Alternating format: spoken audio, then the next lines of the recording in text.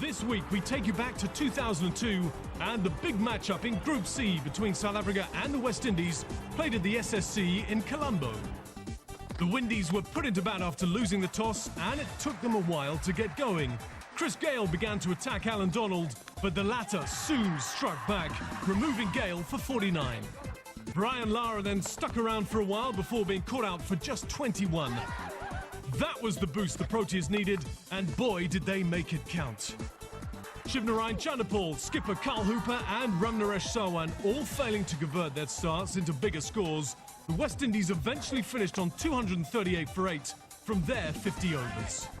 South Africa's run chase was in trouble even before it began as the team were docked 1 over for maintaining a slow over rate. To make matters worse, Graham Smith then fell to Carl Hooper with the score on 61 and South Africa looked in a real spot of bother.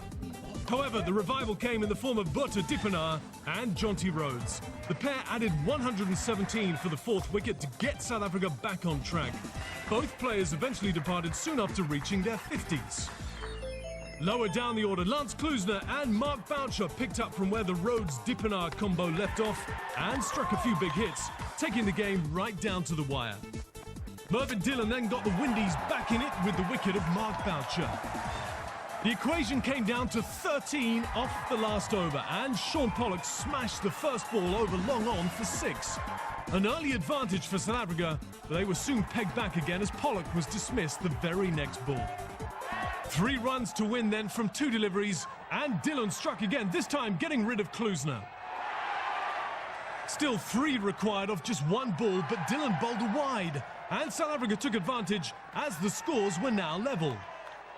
So 1 needed off 1 ball, and Alan Dawson proved to be the hero, as South Africa pulled off a sensational 2-wicket victory over the West Indies off the very last ball of the game.